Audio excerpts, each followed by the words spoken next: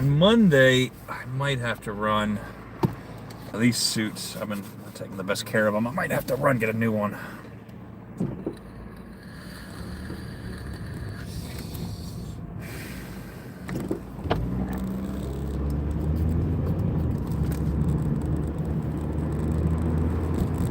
The jacket, obviously not the whole thing. The vest needs a little bit of sewing done. The jacket, I wasn't thinking. I think I used hot water. You're supposed to get them dry cleaned. Right now I can't afford to do that all the time, but I should have used cold water. And I probably should just use wipes instead. Unfortunately, where I'm living now, it's a little bit dirtier than what I want it to be. Yeah, like if I buy a house, like I will clean that house out before I move anything into it. Like I want it to be pristine, no shoes in the house, that kind of thing. I'll probably buy a cheaper house when I buy the second house when I finally get back on my feet again. And yeah, what I'll probably do is take out any trash they left behind. If it doesn't rain, I might have to get a ladder and climb the roof and pull a hose up and see if there's any leaks. I'm gonna have a friend over. Either they go on the roof and I stay on the inside. That'd probably be better because of my back. And then like spray the hose on it. You can spray the hose on it or dump water on it, and I can see from the inside if there's any obvious leakage. Look for signs of leakage, and then obviously if there are, get that stuff taken care of one way or another.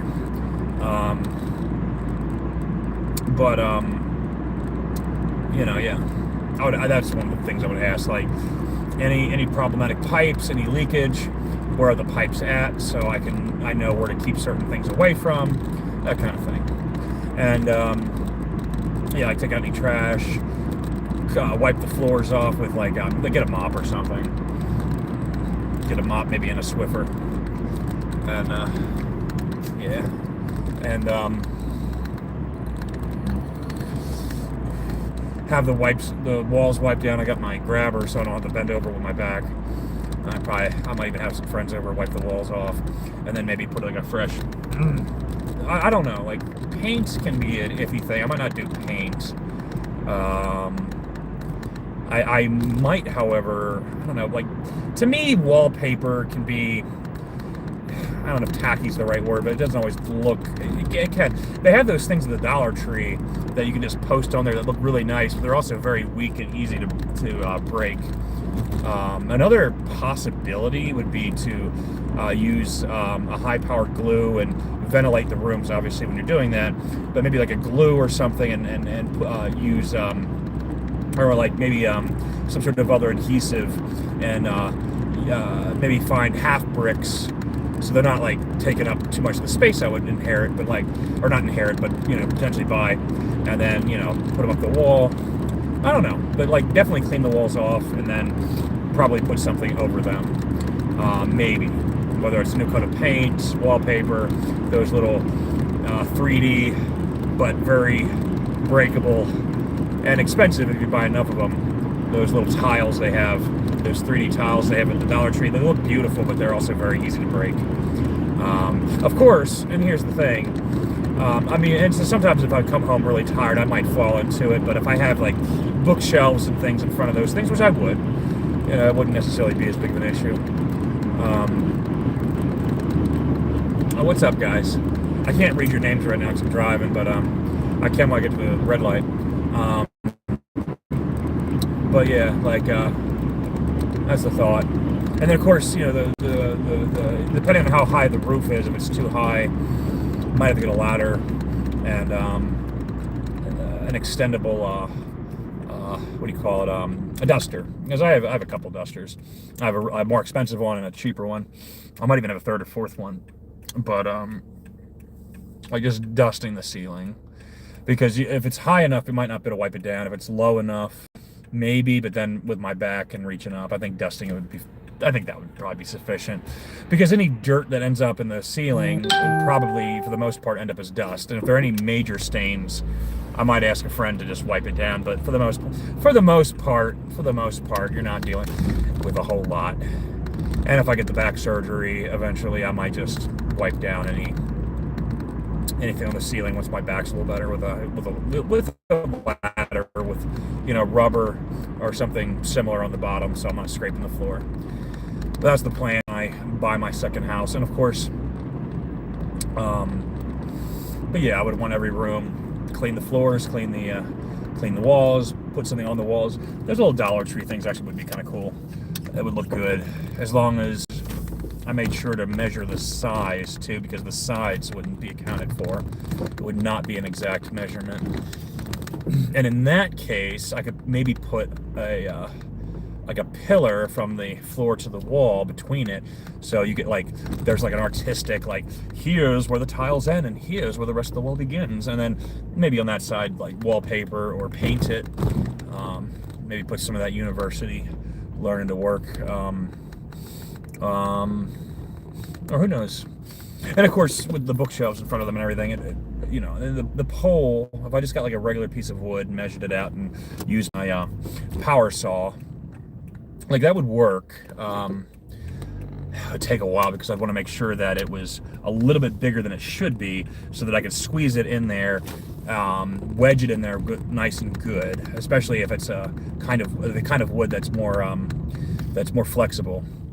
That way it fits better. And then maybe put like a kind of pillar end at the top and the bottom, so you don't see, like, if the cut wasn't perfect, and it basically never is unless you're using like a miter saw. And I haven't used a miter saw in years. Like, there was one at my university I got to use when we were doing wooden sculptures, but you don't get access to miter saws that often. So, like, I could probably find something. Like, they probably have like the things for the wood where you put it around it, to make it look nicer in your house. Like, if you have pillars in your house, they probably have stuff like that, and I could probably find something like that. Probably affordable too, but it wouldn't have to be that affordable if I was able to get the house, because it wouldn't have to be immediate anyway. But then, like, put that on the top and the bottom. If I couldn't find something like that, another possibility would be oh, thank you, I appreciate that, Ringolos. But yeah, like, if that wouldn't be a possibility, like, if that wouldn't be a possibility, another thing potentially do in that kind of situation would be, oh, my back. Well, even if I did that, like, whatever I end up figuring out, I could probably find something from a Dollar Tree or from China, or even from like a Home Depot, that would probably fit around it nicely, and talk to some people about it. But even before doing that, I'd probably want to put some sort of adhesive around it, or something around it, to give it a harder shell afterwards, and to make it look nicer. Maybe even stain it before if I used a transparent adhesive, probably put stain on it first. But I think I would probably be more interested in, I don't know, like paint. I love color, so yeah, but I wouldn't want it to look yuck. So I don't know. I could put like a liquid mixed with some sort of metal. I think they have some of those liquids where it has some metal in it, just like they do with PLA plastic with 3D printers, or similarly, where they mix, they use chemistry to come up with neat things, and then make it shine on the outside, so it's like a metal pole. But then that would potentially look kind of cheap too. Honestly, staining it might be the best option, and then putting a waterproof adhesive around it carefully, which might be best done before I even wedge it in there. Although, yeah, then maybe not, because then it might crack when I wedge it in. There's a lot of thought going into this, but and if I use nails or something, to put it in nice and good, then I could probably put something around it, and if I measured it right, it would probably look good too. The staining it might not look too good, but I could ask maybe talk to some art colleagues, or some architecture friends, people who are into like landscaping, and people who are into, I have a brother, or no, sorry, cousin, who works in architecture, doing the trades. Actually, I do have a brother who works in the trades, but not specifically in that, and he does have an eye for art. He used to paint in high school. Actually, he might have an idea. If he's in the mood for me to ask him, he wouldn't necessarily. But if I actually bought a house, he probably a second house, he probably would.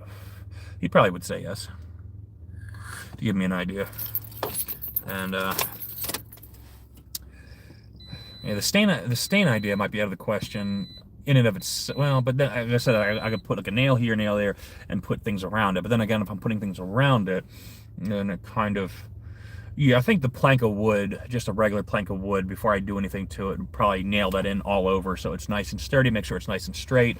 Use a leveler to ensure that everything looks right. Well, not a leveler, the other tool, those right angle tools to make sure it's in right, because a leveler, I wouldn't be able to put it on top if I'm wedging it into the side of the wall, the ceiling, and the floor, wedging it there. I wouldn't be able to use a leveler because I didn't have nothing to put the leveler on. But those little, I forget what they're called, those measurement tools that are, they're right angles, they're 90-degree angles. I could put one on both sides to ensure that it's right, and then move it slightly and make sure it's right in place. And then nail the first, probably after I nail the first nail in, because the first nail, you got to figure the first nail, you got to account for, well, no, probably before and after. It would probably be a whole thing, because I would want to make sure it lined up with the 3D tiles on the right, which is what I'm envisioning. And then after the first nail, if it moved a little bit, check the angles again at the bottom, and probably the top too.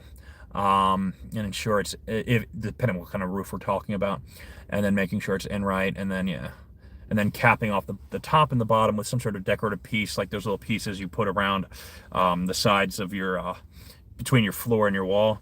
They have stuff like that. I could probably do that so that if the cut was uneven, you wouldn't be able to see it on the top. And then after that, I don't know if I would paint over it, or if, because there are some paints that can be thick, because I could put multiple layers of paint, but then it would look kind of cheap, and it would be very easy to press into the paint if there's too many layers, potentially. But it would also potentially have a good look if it's behind bookshelves and stuff. The odds of it actually becoming dented or anything, given like 20, 30 years, probably have, 1 to 5 dents eventually. But, if you're careful enough, maybe none for many years. There are other possibilities I could think about. Mod Podge, maybe do something with that. I don't know. It's just an idea. I'm kind of thinking about it, because I'm hoping to get back on my feet soon and buy a second house. And a house like that would be nice. Thanks for the likes, guys. If you want to come back, and if you want to talk in the chat, feel welcome. You always free to. Obviously, you're always free, friends. To oh, I'm so tired. You're always free to subscribe. No pressure as always, but you're always free to. And I always do appreciate it. I appreciate the likes too. But that's an idea for the one room. And then I could put some bookshelves in front of it. Of course, then there's the possibility, if I bought a house and maybe it is a little derelict, and maybe I kind of like that, then cleaning the walls might be sufficient. I could leave the derelict look as long as it's clean, and I use an air filter to get the dust as it accumulates over time, which it will. I mean, it always does. And if you don't dust or have an air filter, I don't have time to dust like my grandma. Well, I do, but I'm not as strong as she is. I'll be the first to admit that. Grandma working 2 jobs, dusting the house, pristine, wiping things down all the time. Like, she was working, like, she slept 4 hours a day, because she was getting so much done. She would only sleep 4 hours a day, 2 jobs, and keeping the house pristine, the walls, the floor, the dusting, the knickknacks, everything was pristine. And she was working 2 jobs and working for the church, but not, volunteering for the church, in addition to 2 jobs, and taking care of the animals. And her house was pristine, even though she had animals. The lawn was always mowed, until she got older, and I think maybe 1 or 2 times where she had difficulty, but and feeding the birds, like everything she did, talking to family and friends, like she was constantly on the move. She's my hero, but like I miss her to death. But I would probably use an air filter. I mean, it would be additional, cleanliness, protection, and in addition to that, it might mean less cleaning for me. I'd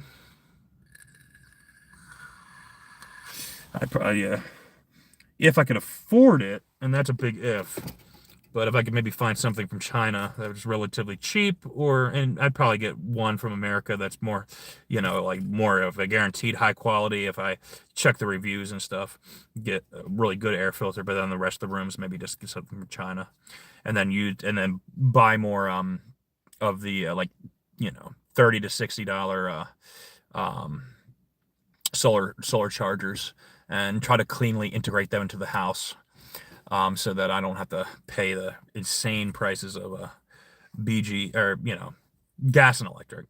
Um, and yeah, that's my idea.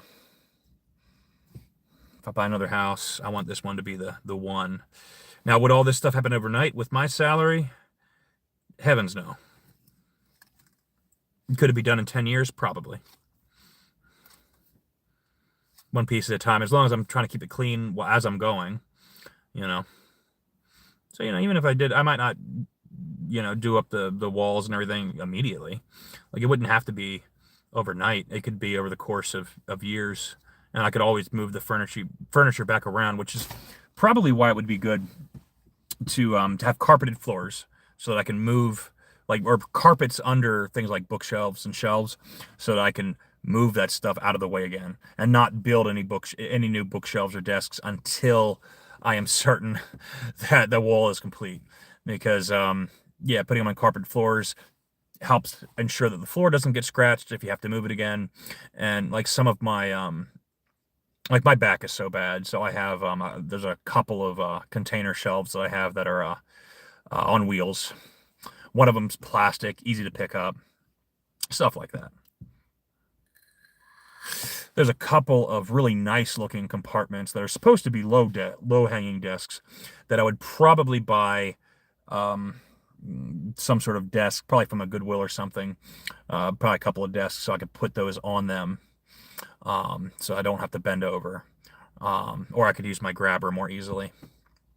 Um, hmm. That's the dream, man. Get a second house. The first house is, fortunately, my family's. I left it in the hands of family, and for better or worse, they're not taking care of it as much as I'd like. They're paying the bills, but they don't want to live in the house that I bought, that they're free to live in, as long as they help keep it clean and secure. But that side of the family, I think, thought I had more money than I did. And I think they just thought, oh, if something breaks, we don't need to take care of things. If it breaks, we'll just buy a new one, right? Because you're rich. I was like, no, I'm not rich. And even if I was, you got to take care of things. That's how I was raised. Because even if I were to get $10 million today, I would still want my things taken care of. I don't want to buy things just to see them break and then have to buy new things. I want to buy things that I can keep for 10, 20, 30, my entire lifetime, potentially, in many cases. But at least 10 years or so, for heaven's sake.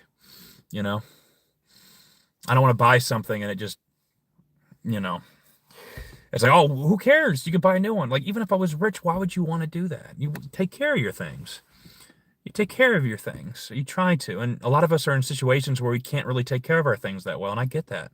I get that. That's understandable. But like the way I was raised by grandma, especially grandma, but others too, yeah, take care of your things. Take care of your things. And you never know, even if you get rich, you never know. Plenty of rich people lose it all. And even if you had so much wealth that you never would potentially ever run out of money, still, you don't want to buy something. That's the thing I don't get. A lot of Americans do this, and a lot of people in the Philippines do this as well. You don't want to buy something just to throw it away. If I'm going to buy something that's not food, mind you, food, if it goes bad, it goes in the trash, or goes outside as fertilizer. But if you're buying, if you're buying something like here, a friend of mine bought me this. It's a squishy. I love this. I love the squishies. I love them. But here's the thing. I have no intention of ever throwing this away, as long as I'm able to. Now, if I run out of space, it might be difficult, but that's why I bought storage, because I don't want to throw things away, you know. If somebody buys me something that I like, I love this. Yeah, this is going to be with me for the next, hopefully the next 60 years. Um, Even if it breaks, I might be able to upscale it. Using a hot, like if I were to break apart, I could use a hot glue gun and melt it back together. That's the thing. It's like I don't receive gifts that I don't. I have cards from like birthdays and stuff going back to when I was at least I think to when I was born. I have a whole box of that stuff. I have and yeah, like if you're writing some notes down and you finish the notes, yeah, sure. Like, why not throw that away or recycle it? I don't see an issue with that, really. But something like this that somebody buys you, and if it breaks, it's easy to fix with a hot glue gun. Like even my vest, my pants, they got a hole in them. I sewed the hole up the other night.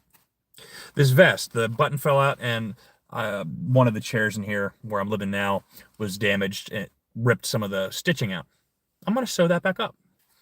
Now I might buy another one, if I don't have time to sew it up, but this is a perfectly fine vest. I don't need to throw the vest away. If anything, I would donate it because I can write that off for my taxes, and somebody who might like it and maybe who wants to take on the task can use it. So much of Western society, United States, Philippines, the UK, so much of Western society is just so wasteful.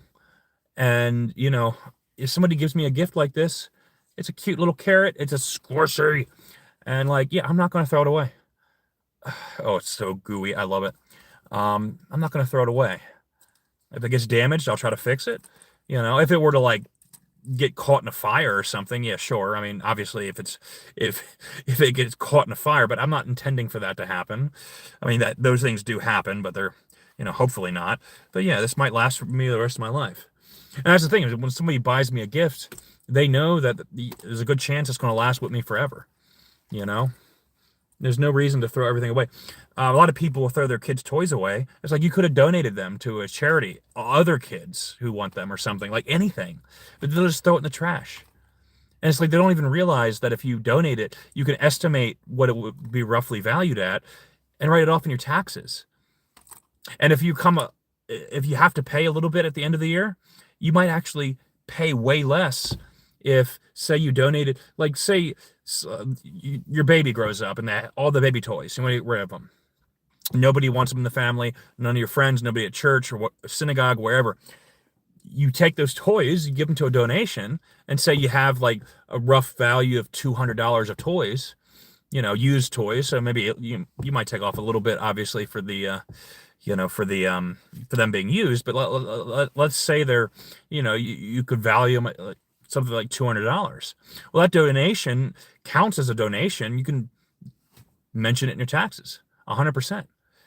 I would take pictures of them in case the IRS ever asks about it, but yeah, 100%, 100%, 100% you could do that, 100%. And yeah, I mean, it's just what it is, and like even this can, I could use it for something. Now this water bottle will probably get thrown away. I'll be honest about that. I might reuse it for water 1 or 2 times and I might throw it away. But there's a difference between what actually is trash, like this is potentially going to be trash, and something that's actually valuable and usable. Like a pen that dries up, and that's not one of the ones that you can put new ink in. Well, you might throw that away, sure. But yeah, like something like this, I don't see any reason to throw it away. If you don't want like a toy or something, you can always donate it. You can always write it off in your taxes. Whether it helps you or not depends on how much you donate and how much you made. But it's just American society is just so wasteful. It's like you can literally donate these things to other people, help other people in your community, and get rewarded for doing that. And people don't want to do that. It doesn't make any sense. Now, what's up, Christopher Level? We still got Rengalowski and Henry and Molly.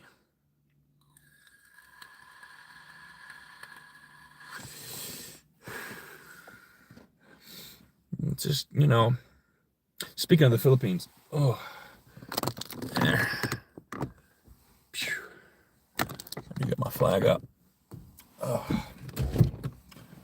I think it's. I had a Ethiopian flag. I think it. Yeah, yeah, it broke apart a little bit. I want to go to Ethiopia so bad. I want to see the Ethiopian synagogues, and I want to see the Ethiopian churches, and I want to go into the poor communities. I want to go into the rich community. I want to see a little bit of everything. I prefer being in the poor communities when I travel abroad, or at least the middle class communities. Because if you only go to see the tourist areas, the rich areas, first of all, you're paying more, and second of all, you're not seeing people as they really are. You're seeing a mask.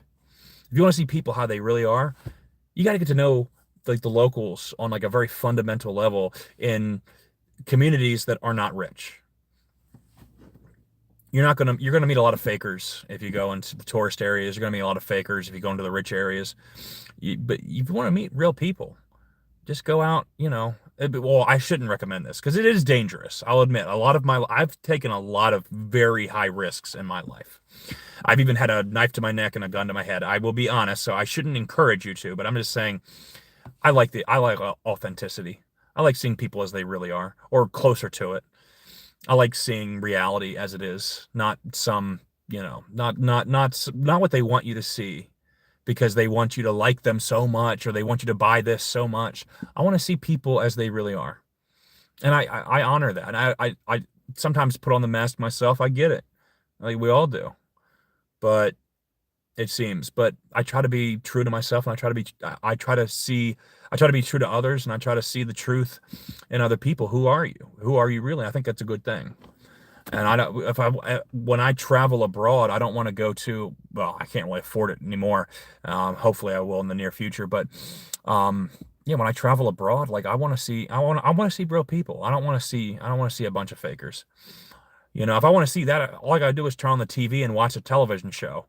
If I want to see an act, if I want to see theater, all I gotta do is turn the TV on. Like that's what that's for. Go on YouTube or something, or Netflix or whatever. That's what that is for. That is acting. But when I'm with real people in real time, I want to see real people or closer to real people. Something real. Even if the masks are still on to some extent, I want the mask to come off a little bit so I can actually communicate with somebody. You know what I mean? People are afraid to take the masks off or hesitant at the very least. I get it. I get it. It's vulnerable. People hurt people when they take the masks off. I get it. But at the same time, I'm like, look, I've lived too much. I've gone through too much suffering and pain to really care that much anymore. I've been through hell and back. Like I said, I've had a knife to my neck, a gun to my head. I've been to the hospital multiple times for my health issues. Like who cares? I've been hit by a car going through a crosswalk, and that's why my back's bad. It's like who cares? Like what can you possibly do to me? Other like even if he were to kill me, it's like with my faith, I know I will be resurrected. It's like what can you possibly do to me at this point? It's like who cares, man? Like seriously. And yet, all that said, I still want the people around me to be at peace when possible, or at least be at peace, even if they're suffering through the chaos, to have peace within the chaos, a kind of controlled chaos, if you will. You know, I want that, man.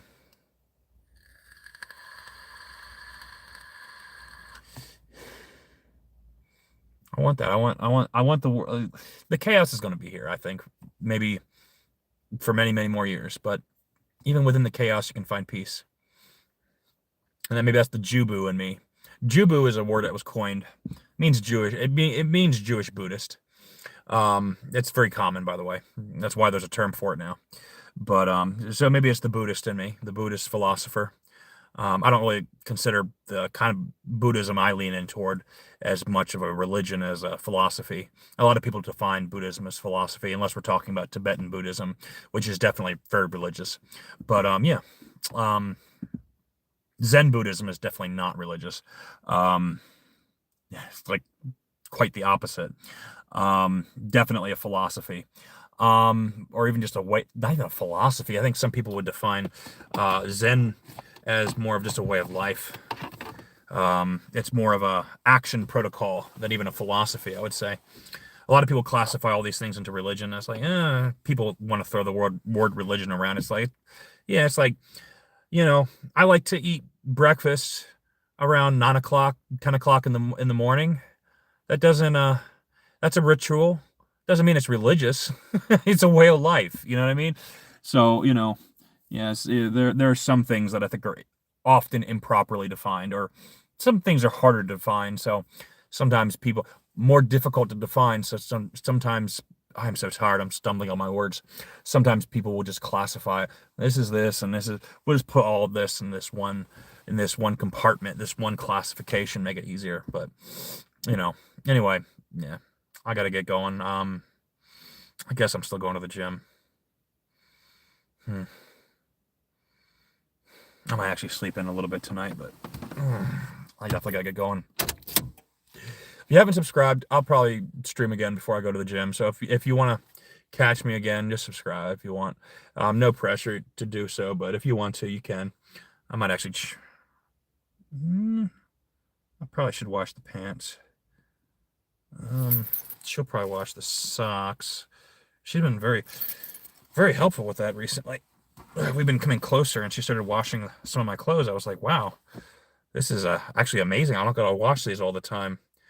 This is actually really helpful. I love this. The shirt too, my seat, and probably my undergarments. Other than that, maybe I'll start them now. Throw them in the sink and. Anyway, I gotta get going. Take care, y'all. If you subscribe, maybe you'll catch me in a little bit. I'll see you.